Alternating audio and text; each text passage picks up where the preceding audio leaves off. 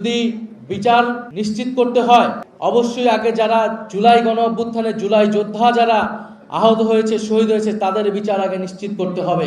একটা কথা শোনা হচ্ছে যে পুলিশ হত্যার তদন্ত নাকি আবার করা হবে।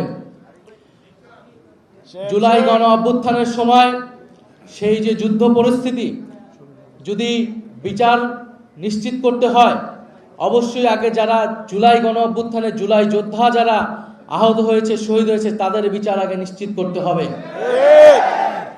পুলিশ বাহিনীকে আমরা সমগ্র পুলিশ বাহিনী কিন্তু দায়ী ছিল এই অপরাধের জন্য, এই গণহত্যা সংঘটিত করার জন্য, কিন্তু আমরা সমগ্র পুলিশ বাহিনীকে কাঠগড়ায় দাঁড় করিয়ে নেই। আমরা বলেছি যারা অভিযুক্ত ব্যক্তি শুধু তাদেরকে আমরা বিচারের আওতায় আনবো, আর পুরো বাকি পুলিশ বাহিনী যাতে সংস্কারের মধ্য দিয়ে জনগণের পক্ষের বাহিনী হিসেবে আবার কাজ করে। ফলে এই মীমাংসিত বিষয় নিয়ে যদি আবার বিতর্ক তৈরি করা হয় তাহলে জনগণ বাধ্য হবে রাজপথে নামতে।